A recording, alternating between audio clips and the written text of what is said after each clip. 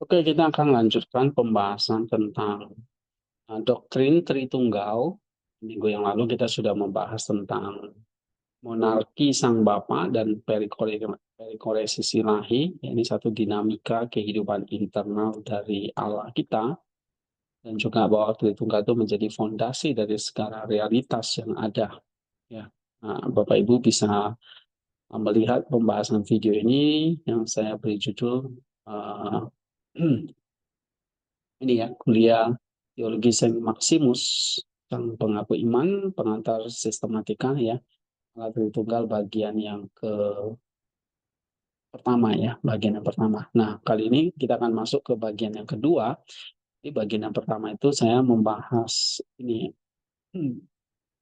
membahas tentang saya membahas tentang perikoresis ya, monarki sang bapa dan fondasinya. Nah, kali ini kita akan bahas tentang logoi, sang logos dan logoi ya, yaitu arsitektur ilahi dari kosmos. Oke, kontrisi paling original dan berpengaruh dari teologi Tritunggal Maximian ini adalah elaborasinya yang mendalam dan komprehensif tentang doktrin logoi ya. Uh,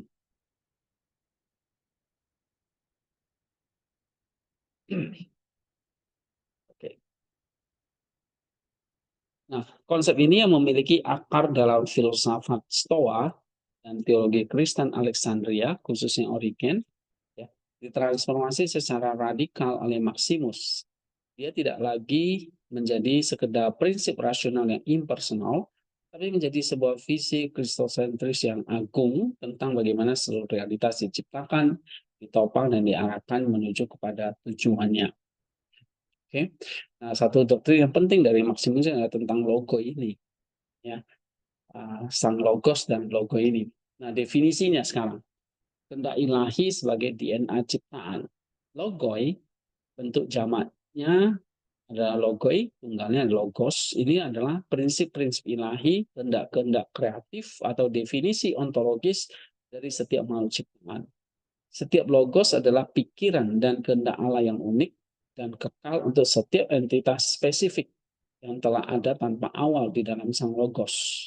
Ya, itu pribadi kedua dari Tritunggal atau uh, sang anak yang dilahirkan dari Bapa. Oke, sebelum penciptaan dunia. Nah, sebagaimana dijelaskan oleh Tolesven dalam di Oxford Handbook, logo itu adalah prinsip-prinsip ilahi dari makhluk-makhluk ciptaan yang sesuai dengannya perbedaan dan variasi hal-hal dijamin.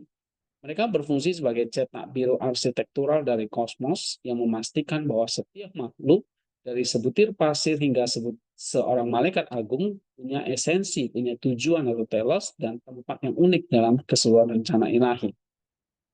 Penting untuk dicatat, logoi bukanlah entitas perantara semi-independen seperti dalam beberapa sistem neoplatonis. Mereka adalah kehendak-kehendak ilahi yang tak terpisahkan dari sang logos itu sendiri. Ya, mereka adalah bagaimana sang logos memikirkan dan menghendaki keberadaan ciptaan. Ini adalah satu inovasi krusial yang mengkristenkan konsep tersebut secara total.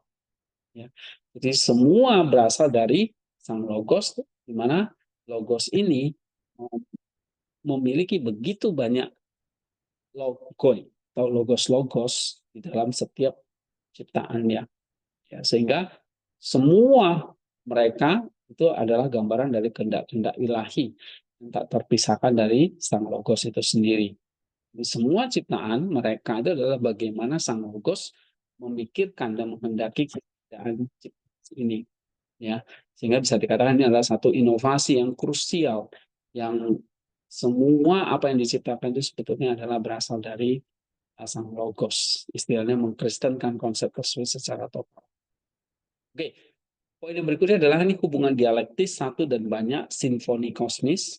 Maximus dengan cemerlang merumuskan hubungan dialektis ini dalam satu frasa yang padat.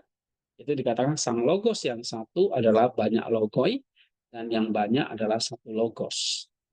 Yang pertama dari satu ke banyak, sang logos tunggal dalam kesederhanaan ilahinya mengandung di dalam dirinya secara tak terbagi dan simultan totalitas dari logo yang tak terhingga jumlahnya. Ketika Allah menciptakan, ia melakukannya melalui Sang Logos. Dan setiap makhluk diciptakan dan ditopang keberadaannya sesuai dengan logosnya masing-masing. Nah, ini adalah satu gerakan keluar dari kesatuan menuju keragaman. Kemudian dari banyak ke satu. Sebaliknya, setiap logos individu dalam keunikannya tidak pernah terisolasi. Dia selalu menunjuk kembali dan berpartisipasi di dalam Sang Logos Tunggal. Seluruh ciptaan dalam keragaman yang luar biasa adalah sebuah simfoni yang harmonis, sebuah manifestasi dari Sang Logos Tunggal, sebuah orkestra yang begitu harmonis dengan satu dirijen tunggal yaitu Sang Logos. Nah, sehingga di sini Maximus membangun satu metafisika di mana kesatuan tidak menghancurkan keragaman dan keragaman tidak mengancam kesatuan. Keduanya saling mengandaikan dan saling memperkaya, mencerminkan dinamika kehidupan Tritunggal itu sendiri. Oke, poin berikutnya kita akan bahas bahwa implikasi anti-origenis ini nilai intrinsik dari keragaman. Nah, elaborasi doktrin logo ini juga berfungsi sebagai satu koreksi teologis yang tajam dan fundamental terhadap origenis, melawan gagasan Origen tentang kejatuhan prakosmik dari kesatuan roh ya atau henat yang seragam.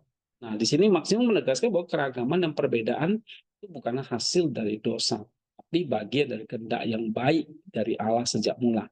Keragaman sebagai kehendak baik. Setiap makhluk diciptakan dengan logos yang unik dan berharga. Ya, jadi ini sumbangsi yang penting dari Maximus. Perbedaan antara malaikat dan manusia, antara manusia yang satu dengan yang lain, bukanlah satu degradasi dari kesatuan primordial, tapi ini satu kekayaan yang dikehendaki oleh Sang Pencipta. Nah, keragaman itu bukan dosa, tapi perpecahan itulah yang menjadi dosa. Ya, jadi bukan perbedaan, tapi perpecahan. Bagi Maximus, dosa bukanlah keragaman itu bukanlah penyebab dosa itu bukanlah penyebab perbedaan. Dosa adalah penyebab perpecahan, konflik dan alienasi, ya, keasingan, keterasingan yang merusak harmoni asli dari keragaman ciptaan. Dosa adalah ketika makhluk berbalik dari logos keberadaannya dan memiliki cara hidup atau tropos yang bertentangan dengannya. Nah, seperti yang ditunjukkan oleh Pascal Muller Jordan dalam The Oxford Handbooks, Maximus secara radikal menolak setiap bentuk praeksistensi bagi makhluk-makhluk rasional. Ya, dia menegaskan bahwa setiap makhluk diciptakan pada waktunya masing-masing sesuai dengan logosnya. Jadi tidak ada praeksistensi dari setiap makhluk. Dengan demikian, ia memberikan satu fondasi teologis yang kokoh bagi nilai intrinsik setiap individu dan seluruh tatanan ciptaan dalam keragamannya. Nah, apa implikasinya bagi kita dari teologi yang abstrak menuju doksologi, etika, dan spiritualitas kosmik ya. Ketika kita mempelajari doktrin Tritunggal ini, ya diperkaya dengan teologi logoi tadi, ini bukanlah sebuah abstraksi metafisika yang hanya relevan bagi para scholar ya, spesialis, tapi ini punya implikasi yang sebetulnya konkret dan transformatif bagi siapa saja. Ya, bagi cara kita memahami dunia, bagi diri kita, dan perjalanan iman kita. Nah, dia mengubah segalanya. Pertama, dunia sebagai sakramen. Ya, jika kita lihat galaksi, okay, setiap makhluk dari galaksi hingga partikel atom yang paling kecil, ini diciptakan menurut logosnya yang berakal di dalam Kristus. Maka seluruh alam semesta itu menjadi satu teofani, satu penampakan kemuliaan dan hikmat Allah. Inilah dimensi doksologisnya. Tidak ada lagi pemisahan yang kaku antara yang sakral dan yang sekuler, antara yang alam dan anugerah, ya alami dan anugerah. Seluruh ciptaan menjadi sebuah kitab alam yang jika dibaca dengan mata iman yang telah dimurnikan, teori fisike, itu menyingkapkan sang logos. Jadi waktu kita melihat apapun itu yang dunia, ya, yang di alam gitu, dan anugerah yang rohani, nah itu sebetulnya adalah menyingkapkan sang logos kalau kita bisa membacanya dengan mata iman yang telah disucikan melalui teoria fisike. Apa implikasi praktisnya? Nah, hal ini kita belajar doktrin, ini memanggil kita untuk mengembangkan sikap doksologis terhadap seluruh ciptaan dan semua bidang pengetahuan. Apakah kita mempelajari biologi, itu kita bukan lagi sekedar membedah organisme, tapi kita mengagumi logos kehidupan. Mempelajari fisika ini bukan lagi sekedar menghitung rumus ya atau hukum-hukum alam, tapi menyingkapkan logos ke teraturan kosmis. Atau kita mempelajari seni, sastra, apapun, itu adalah satu bentuk kontemplasi ya terhadap logoi keindahan dan narasi atau cerita manusia. Jadi setiap disiplin ilmu jika didekati dengan benar, maka itu menjadi satu jalan menuju penyembahan, satu bentuk kontemplasi terhadap jejak-jejak sang logos di dunia. Ya, itulah yang disebut dengan logoi tadi, ada jejak-jejak dari sang logos di dunia. Sebagaimana ditekankan oleh para ahli dalam The Oxford Handbooks, ya, kontemplasi alam bagi Maximus adalah satu langkah teologis yang esensial, bukan sekedar apresiasi estetis. Jadi kenapa ada teori fisika atau kontemplasi alam? Karena kita mau melihat ya dengan mata iman kita itu ada dengan nus kita melihat jejak-jejak sang logos di dunia ini atau melihat logonya. Oke, yang kedua adalah ini selain dimensi doksologis, ada dimensi etis. Ini berbicara tentang martabat pribadi dan solidaritas kosmik. Nah, doktrin logoi memberikan setiap pribadi manusia itu martabat yang tak terhingga dan tak dapat dicabut. Setiap dari kita ada karena ada satu pikiran, sebuah pikiran dan kehendak Allah yang sangat unik dan kekal, yaitu logos kita. Kita bukan produk kebetulan atau sekedar angka dalam statistik, tapi karena semua logo ini bersatu secara tak terpisahkan di dalam sang logos tunggal, maka individualitas dan kepribadian kita tidak pernah terisolasi. Kita secara fundamental terhubung dalam setiap manusia lain, dan bahkan dengan seluruh ciptaan dalam sebuah jaringan makna kosmik yang berpusat kepada Kristus atau sang logos yang tunggal itu. Nah, dari sini apa implikasi dari dimensi etis ini? Nah, ini memberikan dasar ontologis yang paling kokoh bagi etika solidaritas. Seperti misalnya, menyakiti atau merendahkan sesama manusia itu sebetulnya kita mengingkari dan merusak logos mereka. Inilah sebuah penghinaan terhadap sang logos sesungguhnya, ya, yang di dalamnya mereka ada. Atau misalnya kita mengeksploitasi ciptaan secara serakah, ya seperti alam, hutan, sungai dan sebagainya. Ini merusak harmoni tatanan ilahi dan bertindak melawan prinsip keberadaan kita sendiri ya sebagai mediator kosmik. Jadi kita dalam antropologi atau kosmologi kita akan belajar tentang manusia itu sebagai mediator kosmik. Nah, etika Kristen dalam terang ini jadi satu partisipasi dalam karya Kristus untuk mendamaikan dan menyatukan kembali segala sesuatu. Oke, poin yang ketiga, saya akan bicara tentang dimensi spiritual. Ya, ini bicara tentang kekudusan sebagai penemuan jati diri. Jadi bagi Maximus, ya, mempelajari doktrin seperti Tritunggal ini bukan sekedar pelajaran ilmu pengetahuan gitu ya, tetapi ini memberikan kita jalan kekudusan atau teosis sebagai satu perjalanan untuk menemukan dan hidup selaras dengan logos sejati kita. Dosa pada dasarnya adalah sebuah krisis identitas. Ya, ia adalah pengkhianatan terhadap siapa diri kita sesungguhnya di dalam Allah. Dosa adalah satu upaya untuk hidup menurut prinsip yang lain. Ini tropos ya, cara hidup yang salah dari logos kita. Ini sebuah pilihan untuk menjadi sesuatu yang kurang dari apa yang Tuhan kehendaki bagi kita. Nah, apa implikasi secara praktisnya buat kita? Ini masalah spiritualitas. Oleh karena itu, masalah hal ini bukan menambahkan sesuatu yang asing pada diri kita. Ya, kita belajar baca Alkitab, doa dan sebagainya itu bukanlah sesuatu yang asing, justru itulah natural kita sebetulnya.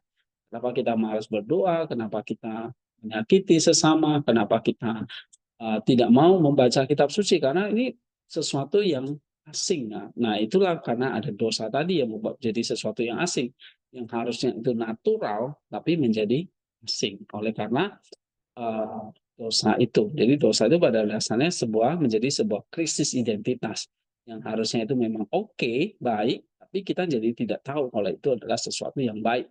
Malah kita menganggap itu sesuatu yang asing, ya. Nah, ini adalah satu proses menjadi diri kita yang paling otentik di dalam Kristus. Ini menantang kita ya untuk melihat disiplin spiritual seperti doa, puasa, askese itu bukanlah beban eksternal atau aturan yang mengekang, tapi itu adalah hal yang natural. yang menjadi alat-alat terapeutik, obat-obatan yang membebaskan kehendak kita dari perbudakan hawa nafsu dan memulihkan kita pada kesehatan ontologis kita. Yang kedua adalah perjalanan menuju kekudusan itu sebenarnya perjalanan pulang, ya, pulang menuju identitas kita yang sesungguhnya, tersembunyi bersama Kristus di dalam Allah. Sebagaimana ditekankan oleh para ahli spiritualitas Maximia, sis asketis adalah jalan yang membebaskan manusia menuju otentisitas dan pemenuhan dari pemenuhan diri yang paling dalam. Nah, ini beberapa implikasi praktis yang bisa kita pelajari bahwa segala sesuatu seperti disiplin spiritual, doa, beribadah, dan sebagainya itu adalah sesuatu yang menjadi alat terapeutik yang untuk membebaskan kita dari perbudakan. Ini adalah sesuatu bukan sesuatu yang asing, tapi sesuatu yang memang jati diri kita untuk mendekat kepada Kristus atau berpulang kepada Kristus di dalam teosis. Nah, itulah jalan yang harus kita tempuh. Harusnya menuju kepada Kristus, bukan lagi menuju kepada yang lain. Karena kita semua adalah jejak-jejak dari Sang Logos yang mewarisi DNA atau logoi di dalam diri kita. Bahkan termasuk alam semesta ini. Oke, ini yang bisa saya sampaikan. Pelajaran berikutnya kita akan masuk ke bab 3 tentang doktrin penciptaan, ya, kosmologi kristosentris dan peran mediasi manusia. Jadi di sini saya akan membahas tentang penciptaan dan juga tentang manusia atau antropologi. Sebelum kita melanjutkan ke doktrin Kristus atau kristologi, kemudian kita akan bahas juga tentang bab-bab selanjutnya dari buku ini, ya. Ya, buku ini merupakan revisi saya dari buku sebelumnya, ya. Saya menambahkan beberapa catatan kaki dan penambahan penjelasan yang penting sehingga dari 35 halaman itu menjadi kira-kira 60 halaman, ya. Nah, setelah doktrin penciptaan kita akan membahas tentang kristologi, tentang pneumatologi atau Roh Kudus, dan eklesiologi tentang gereja. Kemudian kita akan membahas spiritualitas, ya, jalan menuju kepada teosis, dan pada akhirnya kita akan membahas tentang akhir zaman atau eskatologi. Ya, ini tentang pemulihan kosmis dan misteri kebebasan yang abadi atau kehidupan kekal itu. Dan kemudian saya tutup dengan satu kesimpulan bagaimana teologi atau doktrin dari Maximus itu menjadi teologi yang integral untuk kita pakai menjadi satu jembatan, ya, untuk menjawab tantangan bagi kita. Jadi tetap ikuti video-video dari saya yang akan semester ini akan membahas tentang pengantar singkat sebetulnya, ya, pengantar yang sistematis, yang singkat namun padat dari pemikiran-pemikiran besar, pemikiran-pemikiran penting dari teologi dari Saint Maximus Santo. Ya, saya membuatnya secara sistematis mulai dari Allah sampai akhir zaman. Oke, thank you semuanya. Kita sudah selesai membahas doktrin Roh Kudus dan kita akan belajar ke penciptaan pada minggu mendatang. Thank you. Memberkati kita semua. Amin.